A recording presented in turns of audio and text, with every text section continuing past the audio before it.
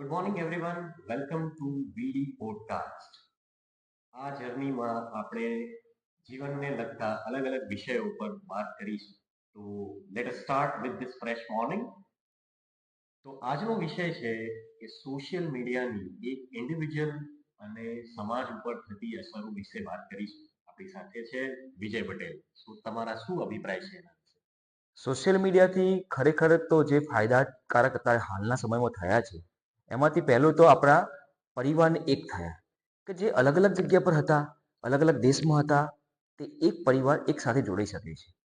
બીજી વસ્તુ વ્યવસાયિક પોતાનો ધંધો વધારી શકાય છે, બિઝનેસ વધારી શકાય છે. ત્રીજી વસ્તુ વાત કરીએ તો મોટિવેશન, કોઈ વસ્તુનું સપોઝ કે કોઈને હેલ્થ વિશે મોટિવેશન થવું હોય, કોઈને એન્ટરપ્રેન્યોર બનવું હોય તો એનાથી મોટિવેટ થઈ શકે છે. બહુ સરસ વાત કરી તમે. પણ આની સાથે સાથે આજના યુગમાં આપણે એ પણ જોઈ રહ્યા છીએ કે ઘણી બધી એની નકારાત્મકતાઓ પણ છે સોશિયલ મીડિયાની. તો એના વિશે તમારા શું અભિપ્રાય છે? કોઈ બી વસ્તુનું પોઝિટિવ એટલું એટલું નેગેટિવ રહેલું છે.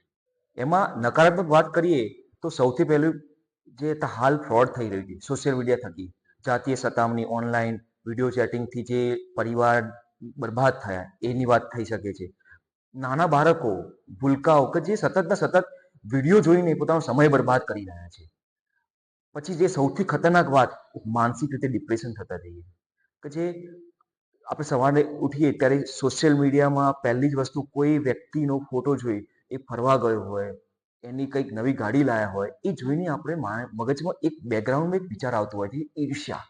જે ઈર્ષ્યાનું પ્રમાણ વધતું જાય છે અને એના કારણે માનસિક અસ્વસ્થ થઈ ગઈ છે. પણ ખરેખર એની જગ્યાએ આપણે એવી વસ્તુ જોવું જોઈએ કે સર્વત્ર સુખી ન સંતુ, સર્વે સંતુ નિરામય, સર્વે ભદ્રાણી પશ્યંતુ, મા કચી દુઃખમાચિયત. કે જેથી બધા જ લોકો સુખી થાય, બધા જ લોકો આગળ વધે અને આ જ રીતે આપણું ભારત દેશ અને આપણું ગુજરાત, આપણો પરિવાર આગળ વધે એવી સોશિયલ મીડિયા થકી આપણી પ્રાર્થના છે.